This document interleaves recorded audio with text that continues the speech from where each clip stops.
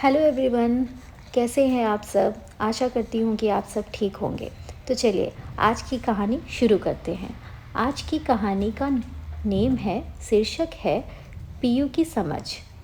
रविवार का दिन था। पीयू मम्मी के साथ छोटे मोटे कामों में हाथ बटा रही थी।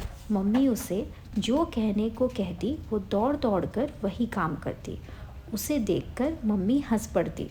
मम्मी के साथ काम करने में उसे बहुत आनंद आ रहा था।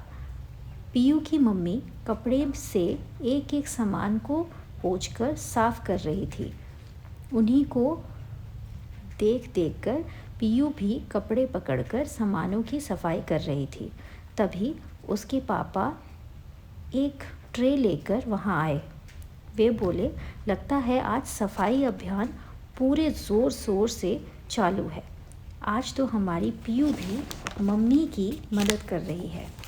Very good. लेकिन आप लोगों को भूख भी लग रही होगी। चलिए आप अब दोनों आकर चाय नाश्ता कर लीजिए। हमने पीयू के लिए भी दूध बना दिया है। अरे आप कब उठे? पीयू की मम्मी ने पूछा। बस अभी अभी। जब देखा कि आप बिज़ी हैं तो सोचा कि क्यों ना आज आपकी सेवा की जाए, पापा ने जवाब दिया। अरे वाह, ये तो कमाल हो गया, मम्मी बोली। मम्मी और पीयू दोनों ड्राइंग टेबल पर आकर बैठ गई।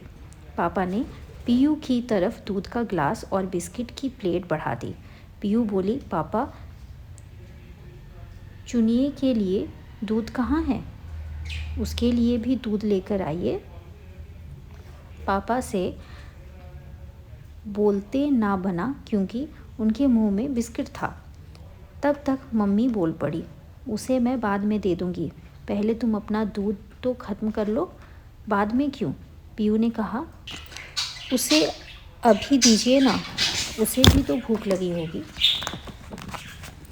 बेटा उसे मम्मी दे देगी, पहले तुम तो खा लो, पापा ने कहा।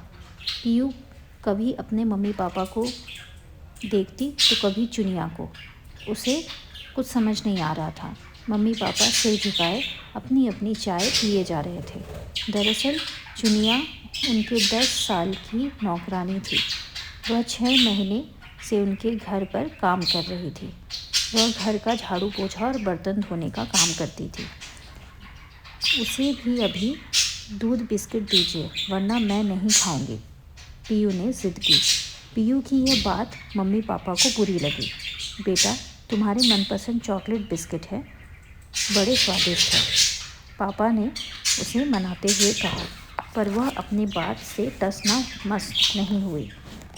तभी मम्मी झल्लाकर बोली, तुम्हें खाना पीना है तो खाओ, वरना जाओ यहाँ से। पीयू रोते हुए अपने कमरे में चली गई।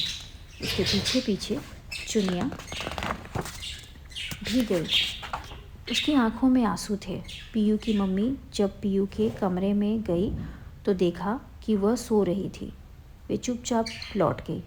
चुनिया अपना काम करने लगी। पापा मम्मी समझ नहीं पा रहे थे कि पीयू को कैसे समझाया जाए। शाम को मम्मी ने पीयू को प्यार करते हुए कहा, बेटा सुबह आपको फालतू बहस नहीं करनी चाहिए थी। चुनिया हमारी नौकरानी है और फिर हम तुम्हारी तरह पढ़ना लिखना भी तो नहीं जानती।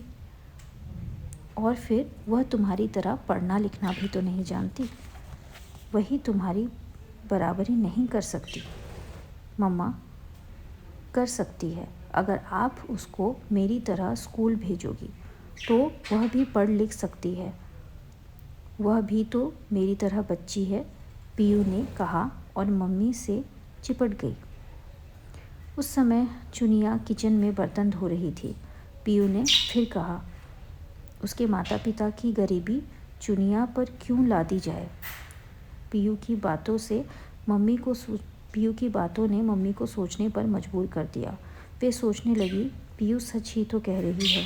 चुनिया को पढ़ने का अवसर नहीं मिला, सुविधाएं नहीं मिली, वरना वह भी पीयू की तरह स्कूल जाती, अच्छी खाती, अच्छा पहनती। जो मैं ना समझ सकी वह मुझे मेरी नन्ही बिटिया ने समझा दिया। काश यह बात पूरा समाज भी समझ पाता।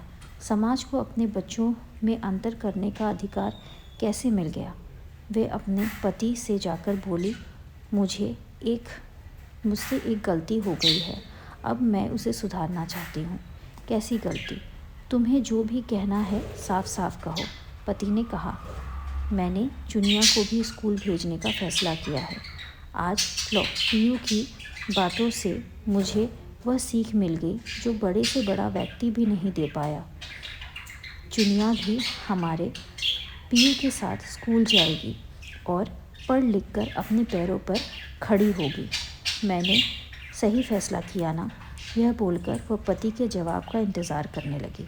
हाँ बिल्कुल, तुम्हारे विचार बहुत अच्छे हैं।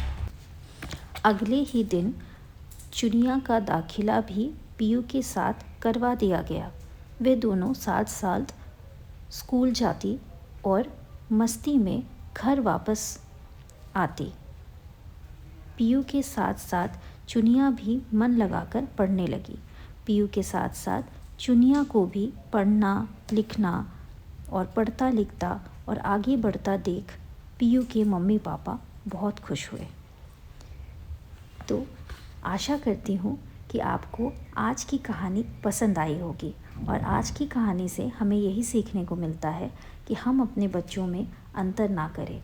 हर किसी को शिक्षा का हक है और अगर हो सके तो हम किसी एक बच्चे को शिक्षा के क्षेत्र में आगे बढ़ाएं।